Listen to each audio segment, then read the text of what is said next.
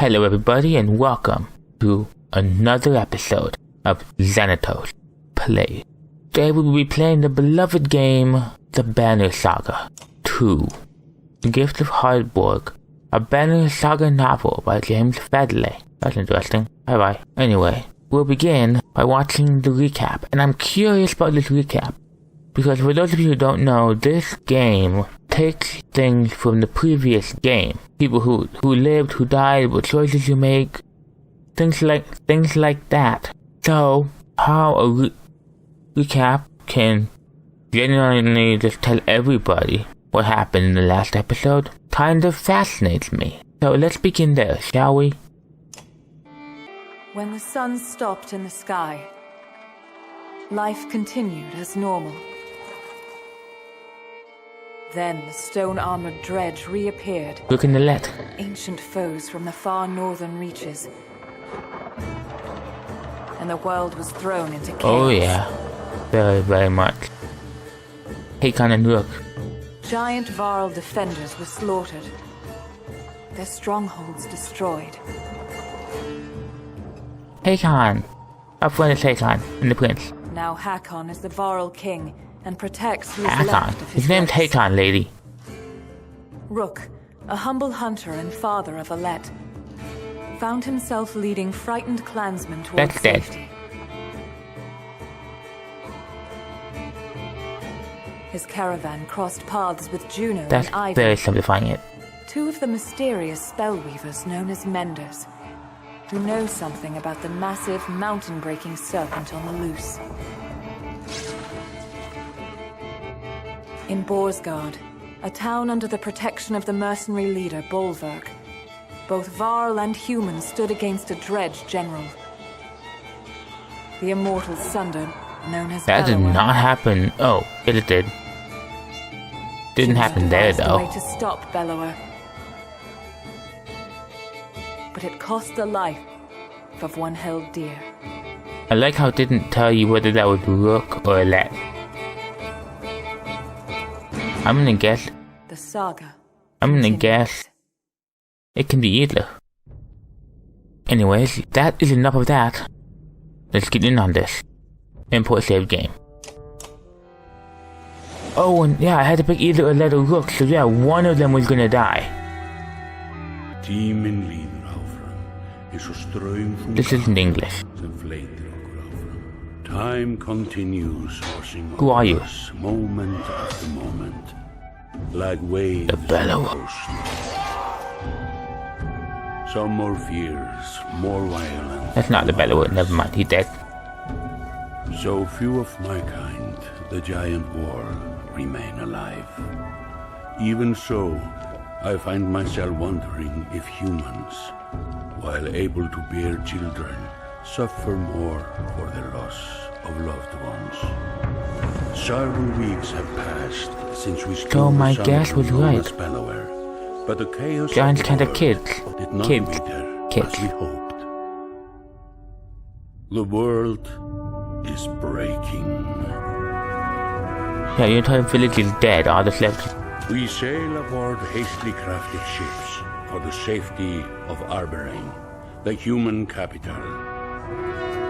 But the river curses us with a clear view of the dredge, assaulting another hopeless village. If Hakon went on a boat, he'd be rushing in there saying, "Yay, Dredge, let's murder them all." That's what he'd be doing. Meanwhile, Rook is still in shock. Ooh, what's going on here?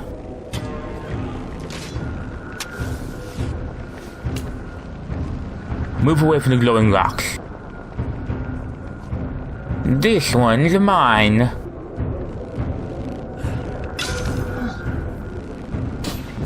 Oh dear, those guys have literally... They all have no SP left. No. To the depths with you. Promote. Too bad you are gonna be killed by him, because that guy is really strong. Wait, what? Rook?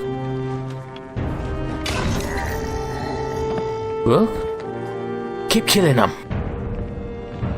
See, what did I tell you? If Hakon... Darn it, Rook, quit running around. Drag around the screen to see your surroundings. Click the check mark to continue. It's Ivor's turn. It's gonna teach me how to play again. These portraits show the order of initiative, taking turns from left to right. You know what, you don't need to hear this. Let's keep going. Move what happens before action. Do. We don't need to worry about any of this, cause we're gonna kill him.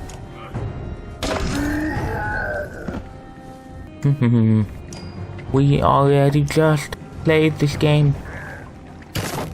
That's the cool new addition though. Go there. Use Thundering Impact. Oh, I keep forgetting that. That would have been a very useful move during my final battle in the last run through. And now see just pillage mode, which is the one where everybody gets to beat on him before he can do anything. Have fun resting, you punk. Kill him. Go look. Bang. I'm so excited for this game. Where are you going? Look! Stop! No! Bad look! Get back to the boat! Look! Look, you can't win this! You're insanely powerful and you're strong and all that, but... Whoa. Look? Seriously, I keep him alive all that time. There's nothing I can do here, you know? There's literally nothing I can do.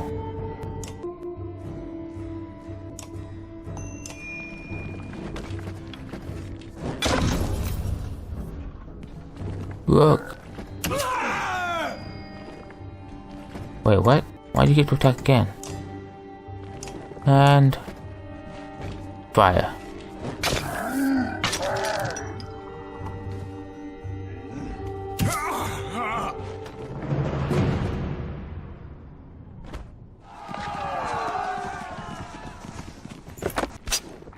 Oh, look, you dummy. You suicidal dummy. Then again, I mean, your very reason for existing is gone. Your best friend, the one who wanted to make a lad, is dead. Your entire village is dead. Even the let's dead. All you've got now is Ivor and Oddleaf. A final blow... wrong voice. A final blow directed at your head is deflected and giant horns slam into the dirt surrounding you. Ivor pulls you to your feet and away from combat as other fighters from your caravan rush in to finish off the enemy. He was already as powerful as I could possibly have made him. I don't know what that was all about. There's no way he could have won that fight. Ivor moves you past the crowd of worried villagers, ensuring you can stand on your own. I don't know what you were. He stops speaking as the village chieftain approaches. A Varl leader saving the human village from those things? Legends are made of much less. No Varl leader. Just Ivor. Those things were dreads, like the stories you probably heard as a kid. And it was Rook here who ordered us to stop, not Hakon. I'm sure Hakon would have loved to stop too. Killing dreads is like his dream job. Forgive me, maybe it's never setting sun or dreads or the depths of so many of my clansmen. I'm not myself. The man's eyes appraise you and he quickly nods. I'm Elio, the Stalled. Were you trying to drive the dredge all the way back north by yourself? I wouldn't stop there. Elio looks into your eyes for a moment before recoiling. Something terrible must have happened to have such hatred for them. A topic for another time, Scald. Baby. Of course. Mind if I ask of news from Borsgard? We heard rumors that Thunder Bella was laying waste to the town. More than a rumor, but it's been dealt with. What, by your clan? Your Thunder Slayers? The term makes Ivor wince, and ends Elio's excitement. But what about the deep shaking in the ground? Only yesterday we felt a rumble like nothing before. Could be the giant serpent. The serpent in the sun? Radomir?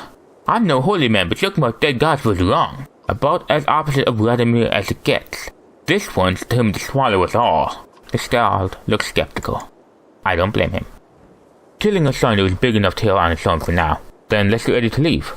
Not to sound ungrateful, but this place is all we have. It's our home. Don't be stupid when dreads are coming. Wanting to defend what's yours isn't stupid, you know that. I know this village lost fighters today. so they have less of a chance of finding themselves tomorrow. Rook is right. I hope the defeat here today will keep the dreads away. When Boist, the guard looks around at the small hut of village. Boist Guard is the only other place I've seen in my life. The small village is all my family knows. Are things really as tragic as you're making them sound? Probably worse. Elio looks back and forth between you and Ivor before nodding. Packing and tending to our dead will take some time. But I'll have everyone on the ships soon. Elio heads off to the village to organize supplies. Ivor, one of the giants known as Varl, has fought dreads in the northern winters, personally killed the Thunder Rays and lost an arm to the Thunder Bellower. He has been by your side through everything, including the death of your daughter. Now you feel the weight of his full attention. What you pulled out there, fighting the dreads alone, was that tied to Alette at all? They'll pay for taking it from me. Not much of a plan. I don't care about the feigned plan. They killed her. Bellower killed her and we killed him. And she's still gone. I shouldn't have let her fire the arrow. Maybe that's why you charged into those dreads, alone. You think you deserve to die. Only the lapping waves in the bank disturbed the silence. I felt the same way back on the bridge in Ivantoft. What changed your mind? Not sure it has changed, but these people? They need a leader. That better be enough to change yours. Why? I mean, seriously. Everybody, I was supposed to be the leader, and everybody died. He walks towards the village, leaving you alone with your thoughts. Everybody freaking died. And we're back to really pretty scenery. Water is such a deep, colorful blue. Oh, and that music.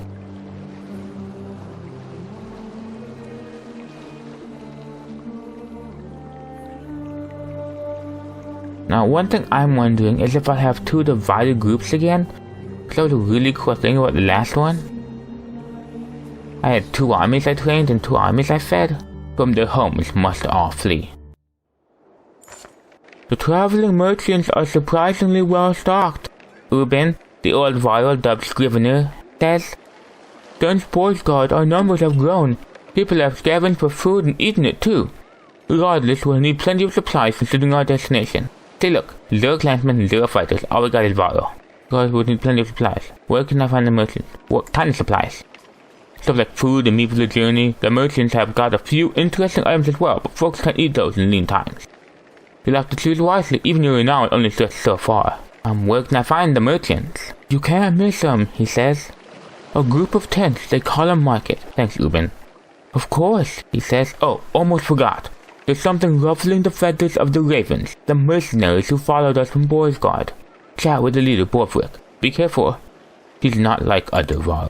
The medallion gives you information about your caravan, including population, supplies, and the number of days that have passed. Seriously, since they let me load my save, they should have had an option that made so you didn't have to go through.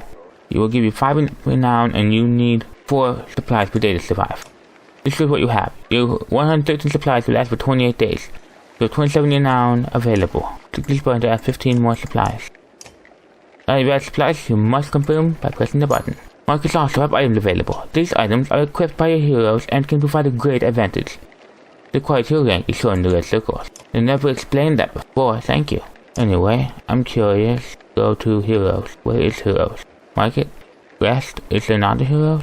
Hey Oddleaf, how's it going? Oddleaf, your former chieftain's widow, and your ship is demonstratingly flexing an arrow to a few people as you speak. Give us a moment, will you? The group walks away as Oddleaf stands and wipes loose feathers from your tunic. I doubt you're here to explain your reaction to the dreads. I miss Alette. I can only imagine. She watches you in silence, not pressing you to continue. Eventually she changes the subject. I wanted to discuss the clansmen. They're dead. All of them. They're good at scavenging for food while we travel. We could always use more fighters. Training them takes time. I'm not sure we have much of that to spare. You'll just have to find a balance that works. We're okay for now, but who knows how our needs will change. I see, thanks. You turn to leave, but Oddleaf places a hand on your shoulder. We should talk, Rook. At some point. Talk about what? You. Not you, the leader, but the man I knew from Skoga. Gives you a faint smile and returns to reflection. What about him? Normal caravan morale does not affect your willpower. Boom. There we go. Let's go talk to this guy. The Vara mercenary leader Borfrick and a rather large female fighter are talking to Juno, a member of the Spell-Weaving Mendes Council. Borfrick looks annoyed. Nothing unusual. There's no haggling on this. You already accepted the offer in Borsgard. Get this one to do it. Get me to do what? If Juno is surprised by your presence, it doesn't show. She continues to stare straight at the vial. Rook is seeing to the survival of this caravan, something I doubt you care to do. I won't be seeing to anything much longer if he keeps fighting like he did earlier. Again, what other task are you referring to? That determination will see these people safely to Ibering, but with respect, our discussion stays between us for now. Her look at Borvik says she expects him to keep it private. Ivan needs my help with healing the wounded, but we should leave soon. See Hakon at the dock when you're ready.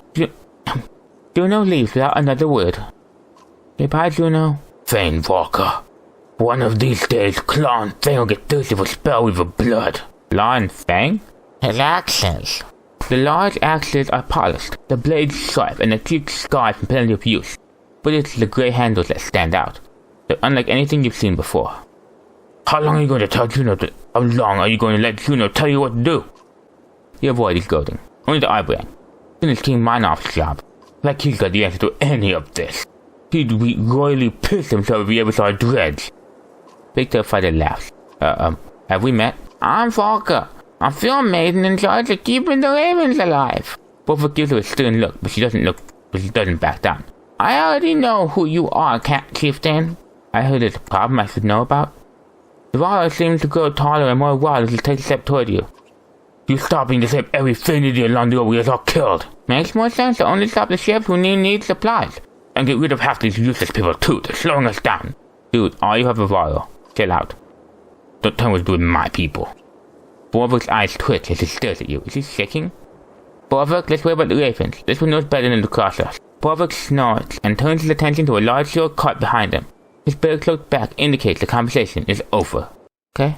And there should be a spot where I can select my heroes. It's seriously weird that there isn't. This has gotta be the first time I've ever been anywhere and not been able to look at my heroes. Why would they even not let me do that? No, I have 24 renown. I don't know what 2 break talents is. Yeah, actually, I don't even know what talents are. What are talents? Because, this game's gonna get more complicated and interesting. Let's go. The wooden planks of the well-used dock creak as you walk on them. Hakon, a warrior recently acknowledged as king of the Varo, paces on the deck. Not sure I was made for this, he says as you approach. Commanding in battle is one thing, but deciding how many chickens we need? We've both made harder decisions. True, Hakon says, but usually I'm following orders and only thinking about ways with my axe. Into every dredge I meet. Now every decision affects the next. He pauses, then laughs deeply. Wagner, my last kender, would have given me grief about thinking at all. A dark mood washes over him. His death remains a mystery, but I'll figure it out. Let's set sail. I'm almost ready. We'll be waiting, the Varo says, leading a large basket of supplies onto the ship. I want to look at my heroes, but can't, so let's go. Oops. Shoot, I missed what that said. And now I can't look at the camp. This is lame. Why can't I look at my heroes? Why can't I look at my heroes? Leo looks ill. At least it's not the brackish sea, he whispers to himself as he steps around rowers and baggage to speak with you. I'm not sure we were all built for aquatic voyages, he says. And I hear Ibering is quite a distance away. My people could use a few hours rest on solid ground. Hopeless looks from others sway you and you signal for the ships to land. Would you mind telling me why the capital is our destination, Aliorash? Ibering's walls have never been breached. Yeah, of course. The growing walls should certainly keep a dredge army at bay, shouldn't they? You say nothing. Dredge, Elio says, almost in awe. Man and Varo are storied foe from oh so very long ago. But they're real and here. How have they made it so far south? His glance at the Varo is met with both anger and shame. The longship rocks gently and the scout grabs the rope to steady himself. If only we had the fable of the horses to ride upon. Without pace the dredge can be on sound footing. His dramatized misery is almost as amusing as his stench when he steps back onto land. Oh yeah. This is the map of the world. I don't need to read this. I don't care. We already know all this stuff.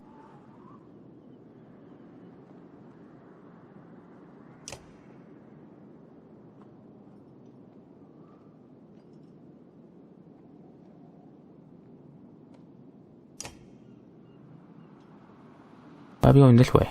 What's going on? Huh? Losing Ibering and human capital is the ultimate goal. An eye brain to learn more. Okay. We just passed through Long Forest. The most sprawling forest known to men of Varro, the Lang Loom is often remembered for having occasional rows of perfectly lined trees.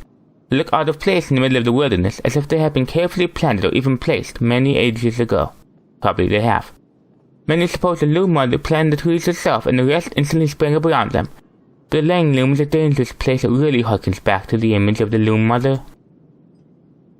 Pine Loom. A small cluster of pine trees that it has been argued are not in fact a part of the Lang Loom Forest, which has historically brought up issues regarding the ownership of timber and game found within.